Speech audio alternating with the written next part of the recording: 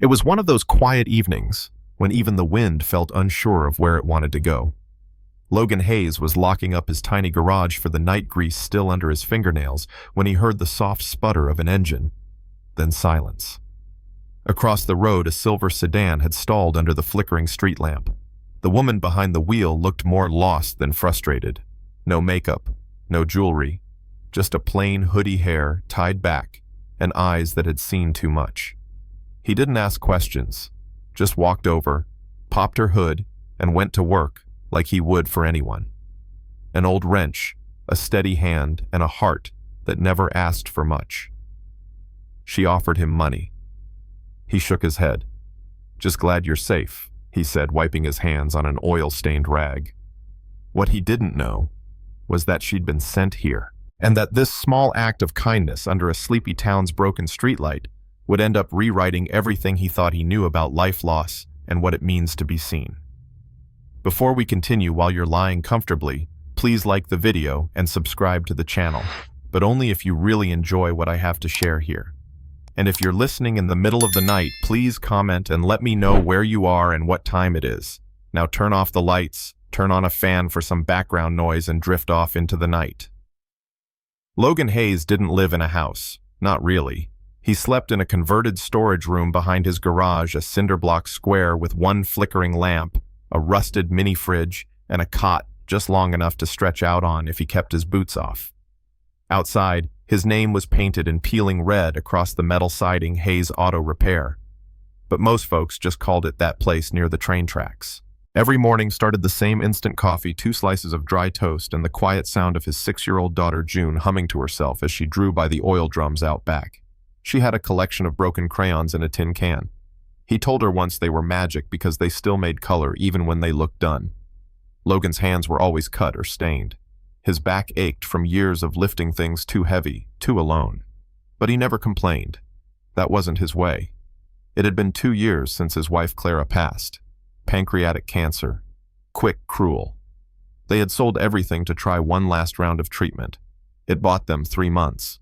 Enough for one final trip to the lake. Enough for June to remember the way her mom laughed when the wind tangled her hair.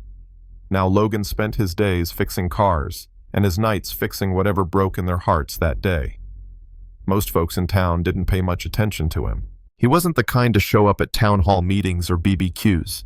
When people saw Logan, they saw a man with engine grease on his jeans, a tired face, and a little girl who always held his hand like it was the only anchor she had. But those who really watched the older folks, the truckers passing through, they saw something steadier. A man who never said no to help. A man who fixed more than cars. Fact presenter voice in tone. In rural America, over 70% of single fathers live below the national median income. But most of them, like Logan, don't ask for charity. They show up every day with quiet resilience the world rarely sees. But their kids never forget. One afternoon, June had asked him why they didn't have a real house. Logan knelt down and said, "Because this garage is where we start over. And sometimes, sweetie, starting over is stronger than starting perfect." She didn't quite understand. But that night, she taped her drawing a crooked little house with a heart on the roof to the garage window. Logan kept to himself. He did tire changes for half the price-filled tanks when folks ran out of gas, and once fixed a stranger's brakes just because she looked scared and had a baby in the back seat. He didn't post about it, didn't ask for reviews, just handed back the keys, nodded, and went back to his corner of the world. He wasn't looking for miracles, just enough money to buy new shoes for June before winter, just enough time to make it to her school recital without missing a tow call, just enough hope to believe that someday she'd live in a world that saw her father as more than just a poor mechanic.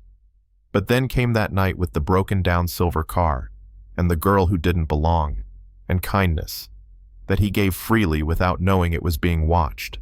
It had been raining all afternoon.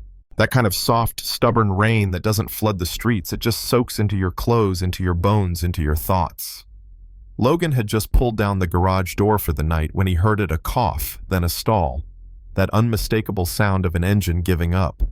Across the street, under the yellow glow of a flickering lamppost, a silver car sat motionless. Its hazard lights blinked like it was trying to call for help in Morse code. Inside, a young woman was gripping the steering wheel with both hands, as if willing the car to come back to life. He hesitated. For a second. It was late. June was probably already curled up with her flashlight and dinosaur pajamas. But something about the way the girl sat still, too still, made him cross the street. He tapped gently on the window. She startled. He stepped back, both hands up. "Sorry, I'm not going to hurt you. Just thought maybe you needed help." She rolled down the window slowly. Rain was misting into the car. "Yeah," she said. Voice soft, unsure. "I think the engine just quit." Logan leaned in, looked beneath the dashboard with a flashlight, then popped the hood. "I'm Logan," he said, lifting the hood with one hand. "You don't have to talk if you're not comfortable. But I'm guessing you're not from around here." "I'm Ellie," she replied, glancing down. "No, just passing through." She didn't say where from, didn't explain the urgency, and Logan didn't press. That wasn't his style. The engine was soaked, misfiring, clogged with old oil and wear. Logan wiped his hands on a rag, then ducked into the garage to grab a few tools. When he came back, she was standing in the rain, holding a jacket over her head like a makeshift umbrella. "You didn't have to come out," he said. She shrugged, didn't want to sit alone in there. For the next 40 minutes, he worked quietly, methodically. She stayed nearby, saying little, just watching. There was something oddly peaceful about it. The rain tapping on metal, the sound of wrenches turning, two strangers sharing a space without needing to explain themselves. At one point, Ellie asked, "Do you always help strangers like this?" Logan chuckled softly. "I guess so. Small town habit. You don't even know me. You don't need to know someone to help them," he said. "Broken things are still worth fixing." That sentence hit her harder than he knew. When the engine finally turned over, she looked at him like he'd just pulled off a miracle. "You're good at this," she said. "I've had practice." He smiled, brushing rain from his brow. Then she reached for her purse, but he gently stopped her. "Don't worry about it. At least let me—" "No need. Just pay it forward. That's enough." She looked at him for a long moment, then slowly nodded. But there was something in her expression, a pause, a shift, like she wanted to say more. Instead, she offered a hand. He shook it firm, but kind. "Thank you, Logan. Drive safe, Ellie." And just like that, she drove away. No spotlight, no big goodbye, just taillights disappearing into the wet dark. Logan walked back into the garage, peeled off his wet jacket, and checked on June. She was asleep on a pile of folded shop towels, still holding her flashlight like a teddy bear. He sat down beside her, soaked and sore, but somehow lighter. He didn't know who that girl really was. Didn't know that Ellie wasn't just passing through, she was on a search. Not for a mechanic. Not even for safety. She had been looking for proof that people like him still existed. And Logan, poor, tired, humble Logan, had given her that without even trying. By morning, the rain had stopped, but the clouds still hung low, like the sky hadn't quite made up its mind whether to move on or linger. Logan was back under the hood of a rusted pickup by 7 a.m., as always. June was drawing on a flattened cardboard box beside him, her version of a Saturday morning cartoon. He never expected to see the girl again. And for the most part, he didn't dwell on it. People pass through towns like his all the time. Most don't even look up from their steering wheels. But something about that woman Ellie had stayed with him. Maybe it was the way she kept her hands folded when she talked like she was guarding something fragile. Maybe it was how she watched him work, like she wasn't used to seeing anyone care that much. Maybe it was how she didn't flinch at the dirt under his nails, or the old bandage wrapped around his thumb. She didn't pity him. And that was rare. Later that afternoon, while Logan was refilling an oil tank, he noticed something wedged beneath the garage door. It was a small, cream-colored envelope. No stamp, no name on the front. He opened it carefully. Inside was a business card, thick matte black, with only one word engraved in silver: Ellie. No number, no title, no company, just a second smaller card tucked behind it, handwritten. "Thank you for reminding me what quiet strength looks like. Some people fix engines. You fix what's broken without asking what broke it." Logan stared at it for a long while. He didn't smile. He didn't frown. He just slipped the card into the back of his wallet and went back to work. That night over dinner, a microwaved pot pie and 2 spoons, June asked, "Who was the lady with the shiny car?" Logan looked up. She was just Someone who needed a little help. June grinned. You always say that. He chuckled. Because it's true. She squinted clearly, trying to process something. Do you think she'll come back? I don't know, honey. Did you ask her name? I did. What was it? He paused. Ellie. Days passed, then a week, then another. Nothing. No visits. No calls, no shiny silver sedan rolling up the gravel lot. Eventually, Logan stopped expecting her to return. Not out of disappointment, just practicality. Life didn't pause just because someone interesting drove through it. He had brake pads to order, a radiator leak to fix, a little girl with a loose tooth to tie a string around. Still, there were moments. Moments when he'd glance toward the road at dusk, or when he'd hear tires crunch gravel and think for a split second it might be her. But it never was. Fact presenter soft tone. Every year, nearly 20 million Americans move from city to city, searching for new jobs, safer neighborhoods, or sometimes, something more elusive connection. Most don't find what they're looking for, but sometimes what they're looking for finds them in the most ordinary places. One night, Logan found June fast asleep on the cot. In her tiny hands, she was clutching a drawing. It was him. Logan bent over a car hood, and standing beside him, a girl with long hair and a sparkly car. She'd drawn Ellie smiling. Logan sat down slowly beside her, the weight of the day catching up with him. He stared at the picture in silence, and without knowing why, he whispered, "Wherever you are, I hope you found what you were looking for." But what he didn't know was that Ellie hadn't driven off to forget. She had driven off to decide, to replay every word, every gesture, every quiet kindness he didn't even know he gave. And far from that small-town garage in a glass-walled boardroom with million-dollar decisions swirling around her, she was still thinking about the man who wouldn't take a dime for helping her. The man who reminded her who she used to be. Before the pressure, before the headlines, before the world turned her name into a brand. And she wasn't done with Logan Hayes. Not yet.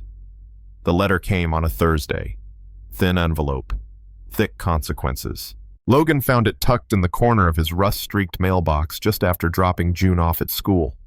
He opened it with one hand while holding a cup of gas station coffee in the other. It was short. Cold.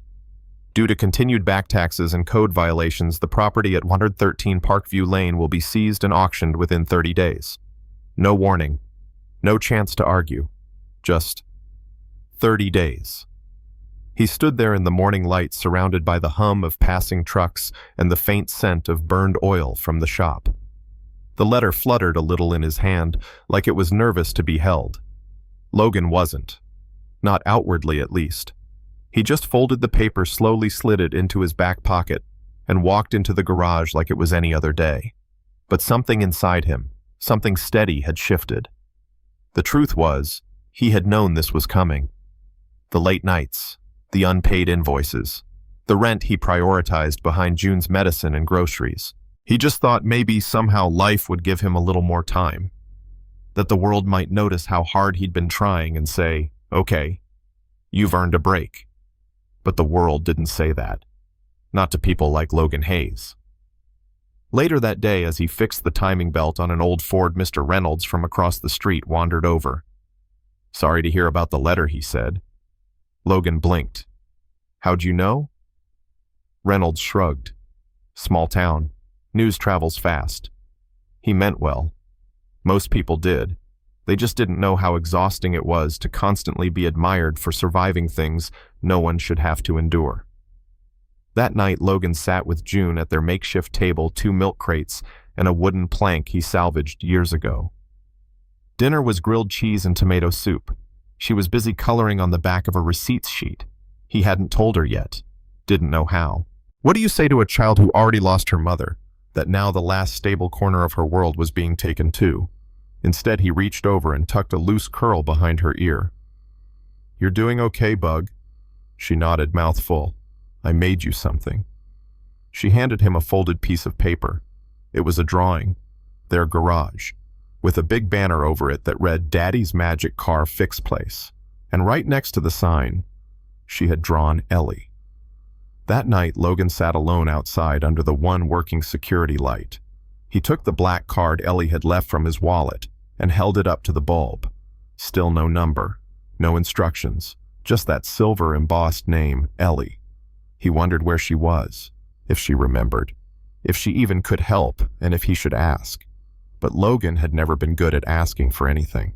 So he put the card back where it came from and quietly let the weight of the day settle on his shoulders like a worn-out jacket he didn't want to wear anymore. Fact presenter. Soft interlude. In the United States, over 6 million small businesses operate with less than 5 employees. More than half of them don't survive past 5 years, not because of poor service, but because of systemic gaps, rising costs, and isolation. Behind every closed shop door is a person who gave their all. And sometimes, it was still not enough. The next morning, Logan tried to act normal, but his regulars noticed. He smiled less, forgot his coffee, dropped a socket wrench mid-fix, something he never did. Mrs. Clark, an elderly widow whose husband had fought in Korea, reached over and gently squeezed his arm before leaving. Somehow, she said, this town always seems to forget the good ones. Logan didn't respond, just nodded, eyes low. But in a high-rise across the state line, Ellie Maddox sat in a boardroom full of glass and noise and couldn't stop thinking about the garage with the peeling sign. She had tried to forget it, tried to convince herself that she'd repaid the kindness with that envelope and that card. But she hadn't, because what Logan gave her that night wasn't something money could cover. It was a kind of decency she hadn't seen in years. And if she let that garage go under without lifting a finger, who would she be? It was a Tuesday. Logan had just finished changing the alternator on an old Dodge Ram when he heard it again, that soft, familiar hum. Not the kind of engine that belonged in this town. Smoother, quieter, out of place. He stepped out into the sunlight, wiping his hands on a rag, squinting toward the road. And there, the same silver sedan, same scuffed bumper, same cautious turn into the gravel lot. Only this time, she didn't look uncertain. She parked slowly, stepped out, and looked directly at him. Not like a stranger, but like someone returning to something unfinished. Ellie. He said the name just slipping out. She nodded, the corner of her mouth lifting. You remembered. Logan didn't answer right away. Just stood there, rag still in his hand, unsure of what came next. He'd played out this moment a dozen different ways in his head, but none of them started with silence and sunlight. I heard about the letter, she said finally. Straight to the point. Logan raised an eyebrow. Didn't realize word traveled that far. It does when you know where to listen. She walked toward the garage, glanced around like she was seeing it for the first time. The chipped siding, the homemade open sign, the tiny potted plant June had insisted on keeping alive. It's small, she murmured, but it's real. He followed her eyes. It's all I've got. She looked at him again. Maybe not. Ellie reached into her purse and handed him a folded sheet of paper. It wasn't another letter. It was a document from her company. At the top, in bold lettering, Maddox Mobility Initiative Community Redevelopment Proposal. Logan didn't say anything. He just stared at the page. 3 weeks ago, I was preparing a list of pilot locations for a nationwide program, she explained. Places where old garages could be turned into hybrid repair centers, training hubs for small-town mechanics to transition into electric repair. He kept reading slowly, his brow furrowed. I was supposed to choose based on growth metrics, she continued. But then I met someone who made me realize, maybe we need to start with heart, not just numbers. She paused. So I put your name down. Quietly. Off the record. And this morning, the board approved it. Logan looked up stunned. You did what I want to back this place, she said. Not because you helped me, but because you remind me what we're supposed to be building, a world where decency isn't an accident. It's a starting point. He shook his head slowly, trying to process. This garage is barely held together with duct tape and good intentions. You really think it's worth saving? I don't think it, she said softly. I know it. There was a long pause between them. Not awkward, just heavy with all the things neither had said out loud. Then Ellie reached into her coat and pulled out the black card. Same as before. But this time she flipped it. On the back was her full name, Eleanor Maddox, CEO, Maddox Mobility Group. Logan stared at it. Of course. Of course she wasn't just some lost traveler in the rain. But somehow knowing the truth didn't make her feel further away. It made her more real, more deliberate. She hadn't stumbled into his life. She'd stepped into it and then waited to see who he really was. Fact presenter tone reflective. In 2022, over 40% of women CEOs in the U.S. reported traveling incognito, quietly visiting branch offices or local operations to see the truth behind the metrics. They weren't looking for numbers. They were looking for people worth investing in. Logan folded the proposal and held it against his chest like it might fly away in the wind. He looked at her not as a CEO, not as a client, but as a woman who had watched him give something he didn't know he had left. Why now, he asked. She met his gaze. Because I needed to know if the person who helped me that night was real, and if he'd still be kind when no one was watching. June came running out then barefoot and smiling, holding a wrench like a toy. She stopped when she saw Ellie. "Hi," she said brightly. "You came back." Ellie crouched down. "I did. Did your car break again?" Ellie laughed. "Not this time." June handed her the toy wrench. "You can still borrow this just in case." Ellie took it carefully like it was made of glass. "Thank you, sweetheart." And Logan just stood there, heart fuller than he'd admit. He didn't know what this would become, if it was business, if it was more. But in that moment, watching his daughter share her only toy with a woman she trusted, he knew something had already changed. Logan kept the folder closed on his lap for 2 full days. He didn't touch it, didn't reread it, just sat with it like you do with something precious you're afraid to break by knowing too much. During those 2 days, he still fixed brakes, changed tires, ran out of duct tape, and reminded June to wear her shoes outside. But he wasn't really present. His body moved through the routine, but his thoughts, they stayed with that moment in the sunlight. With her. That night, after putting June to bed, Logan sat on the concrete steps behind the garage, watching the stars blink between clouds. He ran his fingers along the edge of the proposal, thick paper, clean folds. Everything about it felt official, distant, too good for someone like him. He thought about Ellie's face when she handed it to him. She wasn't pushing, wasn't trying to save him. She just offered, quietly, openly, like she trusted him to know what to do with it. And that more than the money, more than the new tools or grants or training centers, that was the part he didn't know how to hold. Trust. By the 3rd morning, Ellie showed up again. Not in the silver car. This time she walked from the diner down the road holding a paper bag and 2 coffees like a local. Logan was halfway under a Jeep trying to loosen a rusted bolt. "Don't suppose you drink coffee," she said, crouching near his toolbox. He slid out, hair a mess, shirt smudged. "Every chance I get." She handed him one. It was the good kind, the kind he only smelled in cities. "I figured you needed a minute," she said. "Or a day. Or 2. I've needed more than that for years," he muttered without thinking. They sat for a moment on the old bench outside the garage. "You think I'm not ready for this," he said, not looking at her. "I don't think that," she replied gently. "I think you've spent so long doing everything alone that the idea of someone helping probably feels like a trick." That stopped him. He nodded slowly. "Yeah, kinda does." Then she added, "I'm not here to save you, Logan. That's not what this is. I'm here because I think what you've built, this little stubborn garage, matters, and it deserves a chance to grow without losing its heart." He looked down at his hands, cracked, stained, steady.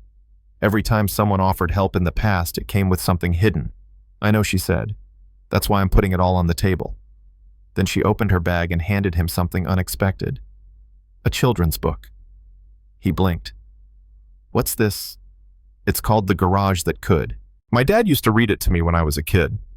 It's about a little shop that everyone thought was too old, too small, too outdated, until one day the town realized it was the only one still open when they needed help most." Logan turned it over in his hands like it might vanish. "I wanted June to have it," Ellie said quietly. And just like that, something softened. Not all at once. Not enough to call it peace, but enough to let the conversation breathe. Fact presenter soft tone. Studies show that many single parents, especially fathers, struggle to accept help, not because they don't need it, but because they've been conditioned to believe that receiving means weakness. But strength isn't in doing everything alone. Sometimes it's in allowing someone to stay. Later that evening, Logan placed the children's book on the shelf above June's bed. She saw it and lit up. "Where did this come from?" "A friend," he said. "The lady with the shiny car." He smiled. "Yeah, that one." She hugged the book, then looked up with all the honesty a 6-year-old could hold. "Is she going to be around more?" Logan paused. "I think she might be." That night, he sat at his desk, a shaky wooden table with 3 different legs, and signed the proposal. Not because he needed saving, not because she offered money, but because for the first time in a long time, he felt like someone believed in him, not just his work, not just his story, but the way he quietly kept trying when no one watched. No one noticed at first.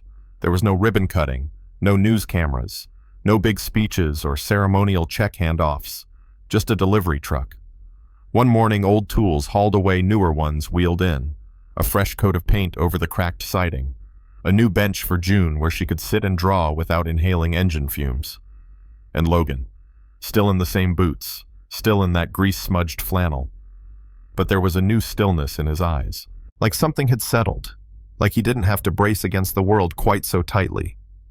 Ellie didn't hover. That wasn't her way. She'd show up with 2 coffees and a new book for June every couple days. She'd ask if he needed anything, and when he said no, she actually believed him. But she stayed close, just present. Some days she'd help sort tools, pretending she knew the difference between a torque wrench and a pipe cutter. Other days, they didn't say much. She'd sit on the hood of a car with a clipboard while Logan worked, and the silence between them felt less like absence and more like permission. The garage slowly transformed. A corner became a small waiting area with donated chairs and coffee.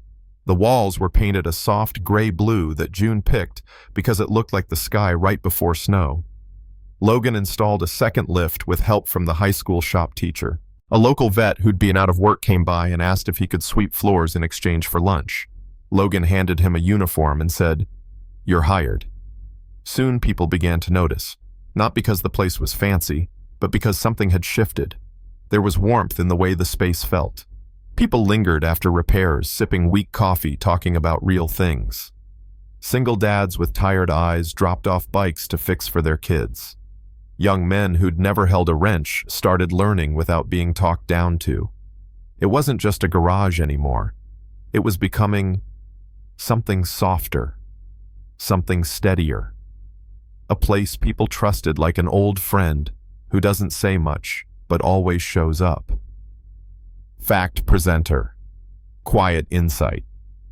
A study by the Urban Revival Fund found that 72% of community renewal projects that began with a single local business, especially one rooted in service, saw a measurable rise in trust, safety, and belonging within 1 year. The structure may change, but it's the heartbeat behind it that brings people home. One afternoon, as Logan replaced a battery, Ellie stood nearby watching the light shift through the new window they'd installed. "You're different," she said. He looked up, one brow raised. "How so?" "You don't hunch your shoulders anymore when someone walks in, like you're expecting bad news." He chuckled softly. "Maybe I ran out of bad news." She smiled, then said nothing, but her eyes stayed on him longer than usual. That evening, Logan cooked spaghetti for the first time in months. June helped stir the sauce, wearing one of Ellie's hair ties around her wrist like it was treasure. They ate together at the little table, candlelit, not for romance, but because the overhead bulb had finally burned out. After June was tucked in, Logan stepped outside with a mug of tea. Ellie was leaning against her car, looking at the stars. He joined her without asking. "You ever miss it?" he asked. "The big buildings, the power, all that noise." She glanced at him. "Sometimes. But I think I miss this more. I just didn't know it until I was standing in the rain with a dead car and a man who didn't flinch when I had nothing to offer." Logan looked down at the gravel. "I didn't do anything special," he said. She turned to face him close enough that her voice didn't have to rise above a whisper. "You showed up," she said, "and that's more than most people do." That night he didn't sleep much, not because something was wrong, but because for the first time in years he was letting the possibility in that something might be right, that a second chance didn't have to come with strings, that maybe, just maybe. He hadn't missed the best part of his life. It was still forming slowly, steadily, like the first turn of an engine that's been quiet too long. Exactly 1 year after Ellie handed Logan that first proposal, the garage didn't look like the same place. But if you asked Logan, he'd tell you it still smelled like brake dust and old memories. He liked it that way. The new name was painted over the entrance in simple block letters, Rivertown Repair and Renewal, but right beneath it, smaller hand-lettered by June herself, read, "Where Dad Fixes Everything." By now, the garage had become more than just a place for car repairs. It was where local teens earned their first paycheck, where single dads met every Saturday to trade advice on parenting and radiator leaks, where a donation box in the corner somehow stayed full, even though no one ever talked about who gave what. Logan never called himself anything, but the town started calling him Mr. Hayes, not because he demanded respect, but because he earned it quietly. Then came the city council invite, a community leadership panel, a Man of the Year nomination, all words that made Logan shift uncomfortably in his boots. "I'm just a mechanic," he told Ellie. "No," she said, smoothing the lapel of the one good shirt he owned.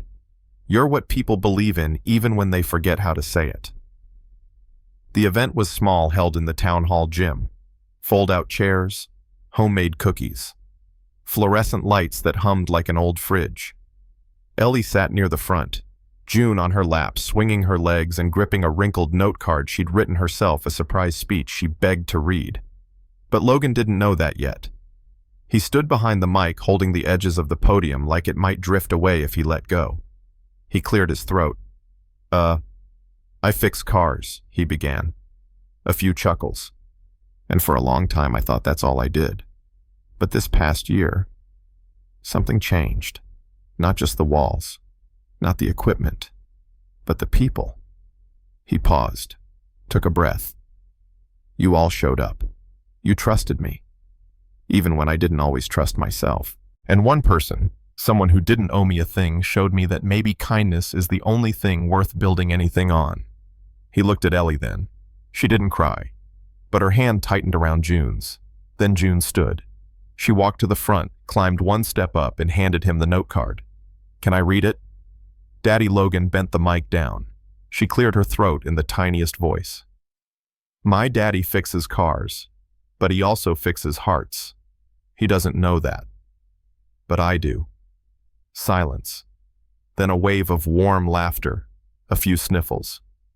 Ellie wiped one tear, the kind that doesn't fall out of sadness, but out of knowing you're exactly where you're supposed to be. After the event, people came up to shake Logan's hand, clap his back, thank him for being the kind of man we want our kids to see. He smiled, nodded, but kept looking toward the exit where Ellie stood waiting. When they finally stepped outside into the cool night air, he exhaled like he'd been holding that breath for a year. "I'm not good at speeches," he said. "You're good at truth," she replied. Then from her coat pocket she pulled out something small wrapped in soft cloth. "I wasn't sure when to give this to you," she said, "but I think now feels right." He opened it. It was a custom wrench. Titanium. Polished. Etched. On the handle in small letters it read, "For the man who fixed what no one else could." Logan didn't speak. He just looked at her eyes full. And then slowly, he reached for her hand, not like someone reaching for romance, but like someone finally learning that holding on didn't mean losing control. It meant finally letting someone in. Fact. Presenter, soft closing. In a national survey of small-town business revitalization projects rooted in community trust, not just funding had the highest success rate, and behind every thriving center was one truth: someone chose to believe in someone else before the rest of the world did. As they walked back toward the garage, June ran ahead, twirling with her paper award ribbon from the council. Ellie turned to Logan. So, what now? He smiled slow and certain. Now he said, "We keep fixing things." It was a Sunday morning. Cool quiet. The kind of stillness you only get before the world remembers it has somewhere to be.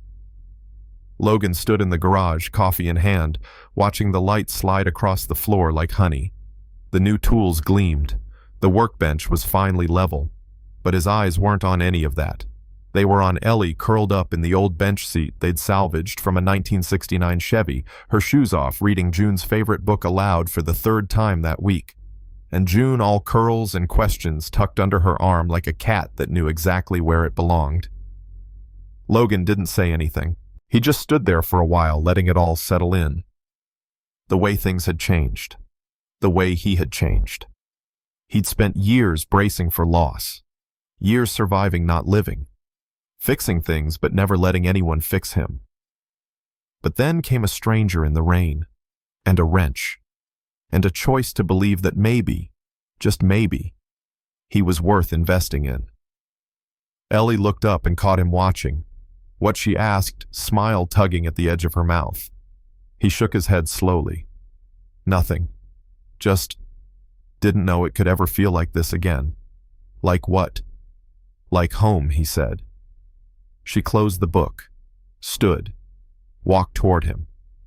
And in the middle of the garage where bolts and oil stains used to mark all the places he'd felt alone, she kissed him.